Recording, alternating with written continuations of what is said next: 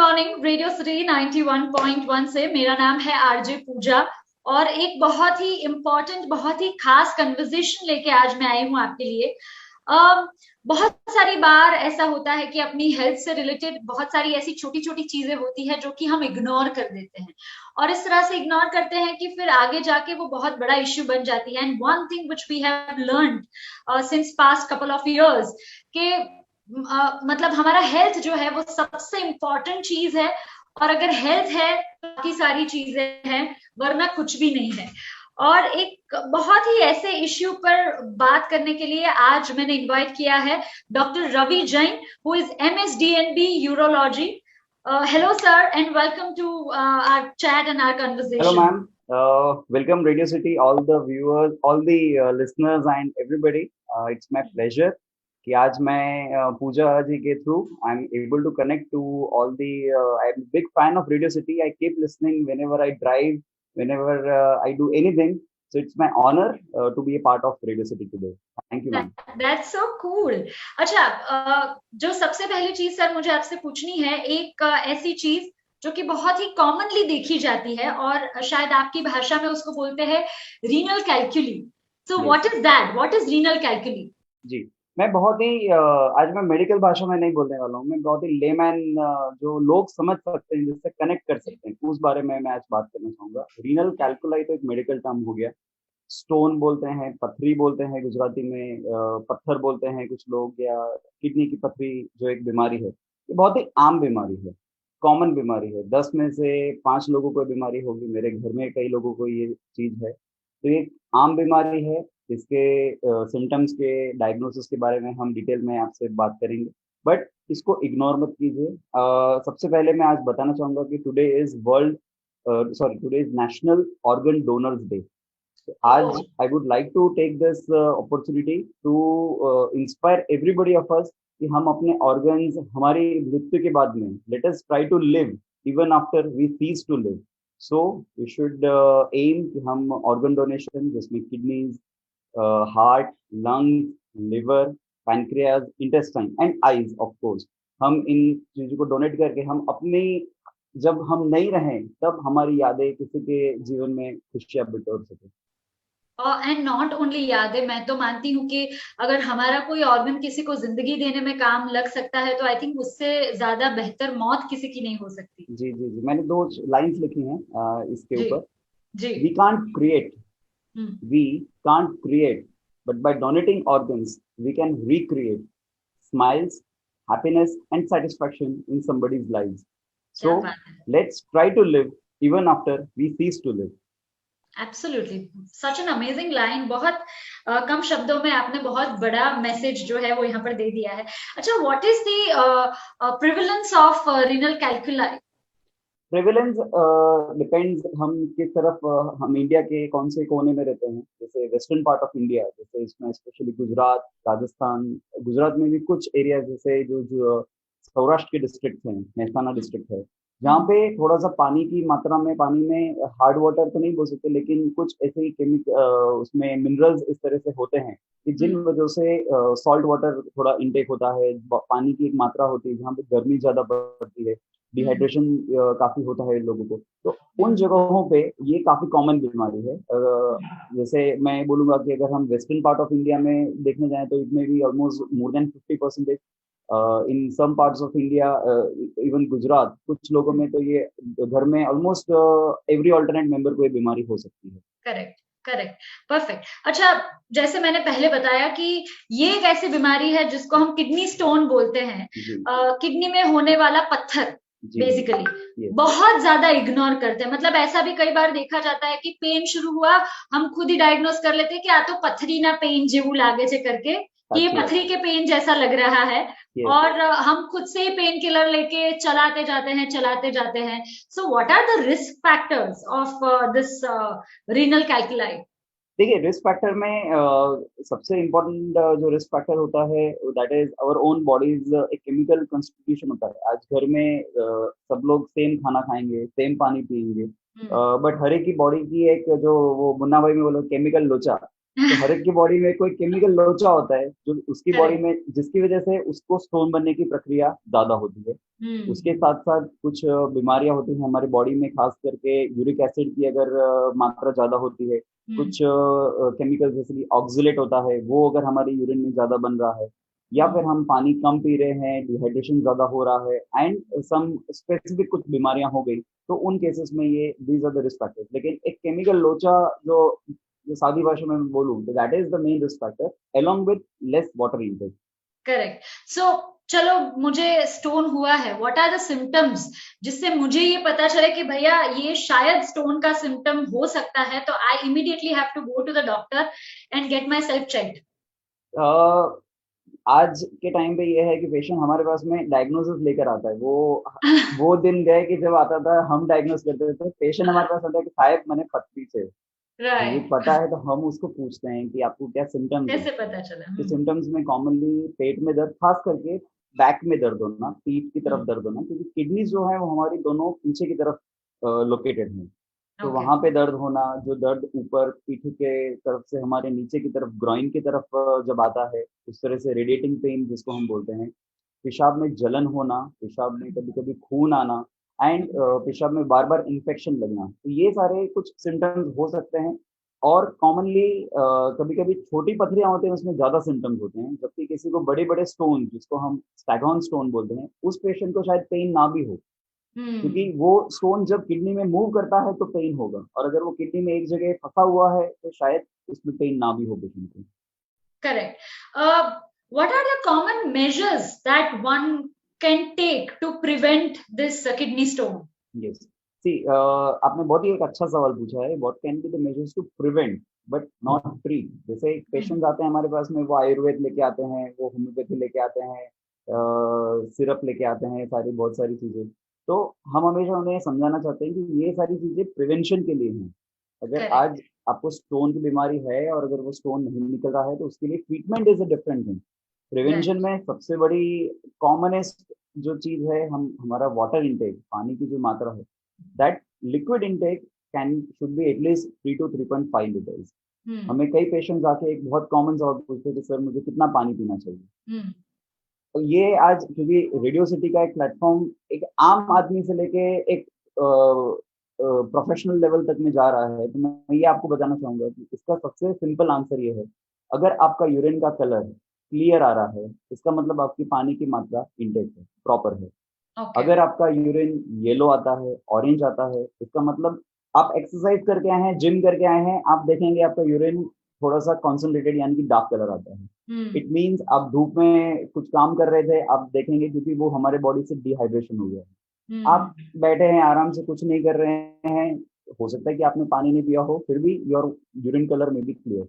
हमें सबसे इंपॉर्टेंट चीज है कि हमें पानी, वो पानी कोई भी तरह से हो सकता है, it can be fluid in the form of नींबू शरबत, जूस, छाछ, दही, कुछ भी हो गया। तो हमें पानी की मात्रा सबसे इम्पोर्टेंट अच्छी रखनी है। दूसरा Correct. सबसे कॉमन चीज जो है, जो कुदरत ने हमें दी है, वो है नींबू, lemon. Right. That is containing citrate, क्योंकि Hmm. साइट्रेट हमारे बॉडी में जो अलग अलग chemicals, calcium, uric acid, oxalate, उनको रोक मिलने से रोकने में वो उसको रोकता है, ताकि Hmm. वो इकट्ठे होकर पतली ना बने। Hmm. तो कॉमनेस्ट चीज जो हमें कर सकते हैं वो ये है कि हम पानी की मात्रा अच्छे से अच्छे लें, हम नींबू शरबत का प्रयोग अच्छे से करें। Hmm. बाकी कुछ लोगों में बहुत सारे मिथ्स हैं, बहुत सारे वहम हैं कि हमें बीज वाली सब्जियां नहीं खानी है। Hmm. लोग बोलते हैं टमाटर नहीं खाना है, कुछ कुछ फ्रूट्स के बारे में बताते हैं ये नहीं खाना है। Hmm. तो मैं आज रेडियो सिटी के माध्यम से सबको ये कहना चाहूंगा कि वो सारी चीजें, कोई भी चीज एक्सेस में नुकसान करती है। Correct. It is not that कि आपने कोई भी चीज को कम्प्लीटली बंद कर देना है। जी। आप उसकी जगह पे पानी का इंटेक बढ़ाइए, नींबू शरबत का इंटेक बढ़ाइए। क्रैनबेरी होता है, वो भी यूरिन इन्फेक्शन वगैरह रोकने में मदद कर रहा है, उसका इंटेक Hmm. आप बढ़ा सकते हैं। तो Hmm. इन माध्यम से हम पथरी को का इंसिडेंस कम कर सकते हैं। हम्म। हम्म। अच्छा, एक चीज जो मेरे दिमाग में आ रही है कि मैंने बहुत सारी जगहों से ये भी सुना है कि जैसे लीफी वेजिटेबल्स जो होते हैं जिनको हम भाजियां बोलते जी हैं, जी। उसको ठीक से ना धोकर खाने से भी ये हो सकता है। मतलब जो भी हम खा पी रहे हैं उसको जी ठीक से क्लीन करके खाना पीना चाहिए, ऐसा भी कुछ है? लीफी वेजिटेबल्स का प्रिंसिपल ये है कि they have oxalate in it, और ऑक्सलेट हमारे स्टोन्स बनने में एक बहुत अहम भूमिका निभाता है। तो कई ओके। सारे लीफलेट्स होते हैं, कई सारी जगहों पे ये बताया जाता है कि लीफी वेजिटेबल्स हमें कम खानी चाहिए या नहीं खानी चाहिए। जैसे आप पूछ रहे हैं कि धोने से उसका रिलेशन, धोने से, यस, कोई भी चीज हो, कोविड के बाद तो हमें सबको पता है कि सैनिटाइजेशन कितना इंपॉर्टेंट है। बहुत तो इम्पोर्टेंट। हमें तो धो के ही खाना है, कुछ भी खाएं। जी। लेकिन साथ में इम्पोर्टेंट है कि कोई भी चीज को कंप्लीटली बंद करने की कोई आवश्यकता नहीं होती है करेक्ट। नॉर्मली। हम राइट। उसको कम कर सकते हैं इनटेक, अगर हमारे बॉडी में ऑक्सीलेट की मात्रा ज्यादा बढ़ रही है तो हम कम कर सकते हैं, बट कंप्लीटली बंद करने का कोई प्रिंसिपल नहीं है। ओके।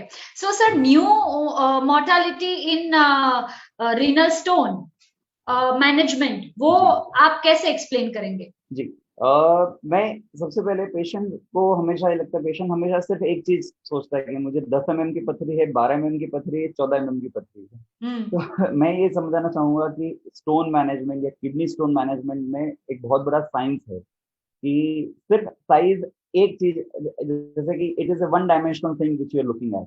हम जो चीजें देखते हैं वो है कि किडनी की स्टोन कहाँ पे है, किडनी के अंदर है, किडनी की नली में है, नली के नीचे आ गई है, वो हम्म। एक चीज मैटर करती है। कितनी हार्ड है, कितने नंबर्स में है। पेशेंट आते हैं हमें बोलते हैं मैंने 12 mm की पथरी से, that 12 mm stone in the kidney has a different modality. In the hmm. Ureter, जिसे हम किडनी की नली बोलते हैं, उसमें हम्म। डिफरेंट मोडालिटी है।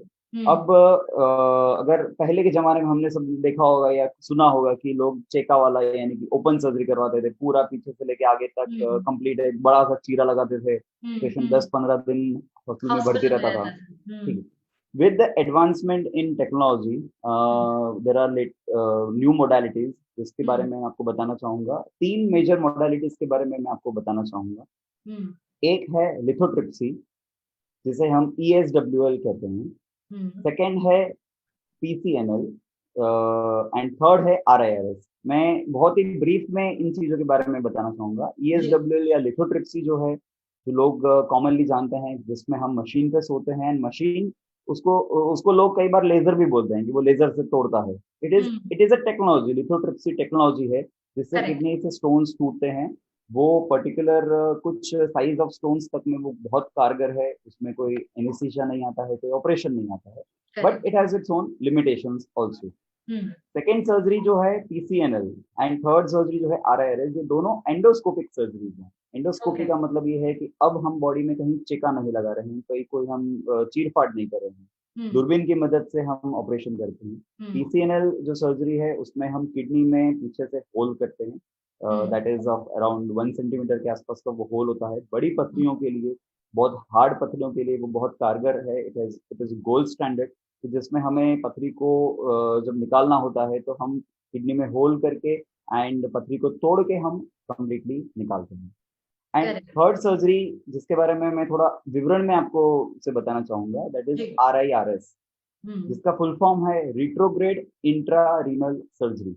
हम्म। ये एक लेटेस्ट मोडालिटी है, जिसमें हम किडनी में कोई होल नहीं करते हैं, चीर फाड़ तो हम इस PCNL में भी नहीं करते हैं, इसमें भी हम कोई होल नहीं करते हैं, चीर फाड़ नहीं करते हैं। हम्म। कंप्लीटली हम दूरबीन की मदद से किडनी के अंदर तक जाते हैं। वहां हम्म। पर जाकर पथरी जो होती है उसको लेजर किरणों की मदद से हम डस्ट बनाते हैं, चूरा बना देते हैं।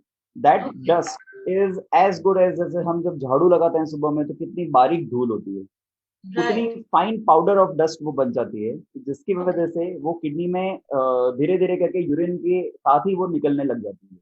अच्छा। ओके। एडवांटेज ये है कि उसमें कोई कट नहीं आता है, किडनी में कोई होल नहीं आता है। हम्म। PCNL में 100 में से 4 पेशेंट, 5 पेशेंट को कभी कभी ब्लीडिंग का हम्म। चांस रहता है। इस हम्म। प्रोसीजर में, बिकॉज ये लेटेस्ट है, लेजर की मदद से है, इसमें हम्म। ब्लीडिंग का चांस ऑलमोस्ट मिनिमल है। Right. So ji I think ये ज्यादा इफेक्टिव है, और जी लेटेस्ट टेक्नोलॉजी है तो उसका भी सपोर्ट आपको रहता है। जी। सो एक चीज जो आज के कन्वर्सेशन से मैं समझी हूँ वो ये है कि एक तो ये कि आप किडनी स्टोन्स को हल्के में मत ले, यस उसको बहुत सीरियस इश्यू समझ के आपके डॉक्टर के पास जाए, क्योंकि यस। उससे it can lead you to some really serious issues in your body. Absolutely absolutely. जैसे पेशेंट्स के मन में ये होता है कि पेशेंट आता है, सोनोग्राफी करवाते हैं, हम दवाई लिखते हैं, and we hmm. Always ask them to follow up after 5 days, 7 days, 10 days। Patient को कई बार होता है कि एक दो पथरी के थोड़े बहुत चूरा निकलेगा या कुछ कण निकलेंगे, patient takes it for granted कि हमारी पथरी निकल गई। वो दोबारा सोनोग्राफी नहीं करवाते हैं, हमारे पास में नहीं आते हैं, सिटी स्कैन नहीं करवाते हैं, and that kidney stone gradually causes kidney damage. मतलब किडनी स्टोन का ये है कि क्योंकि किडनी में ब्लॉकेज होता है, इन्फेक्शन बार बार हो सकता है, उसकी वजह से किडनी डैमेज हो सकती है। एंड धीरे धीरे करके कई पेशेंट्स हमारे पास में ऐसे भी आते हैं कि जब उनकी किडनी पूरी डैमेज हो गई होती है, they have to go for dialysis and later on if required for kidney transplant. Correct. So amazing. बहुत अच्छे से आपने बहुत विस्तार पूर्वक जो सारी चीजें समझाई है उसके लिए हम आपके आभारी है। Thank you very much sir for joining us today.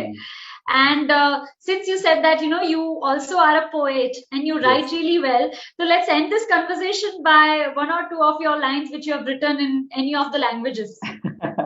Okay, मुझे just एक मिनट दीजिए, मैं अपनी ही कोई recent poem है, मैं आपको definitely सुनाना चाहूँगा। जी जी।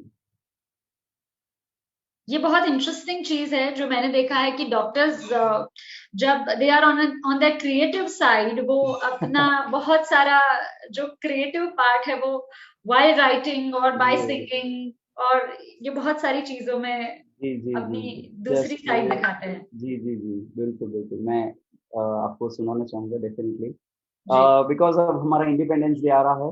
इंडिपेंडेंस डे के लिए मैं भारत माता के लिए ये कुछ लाइंस बोलना चाहूंगा।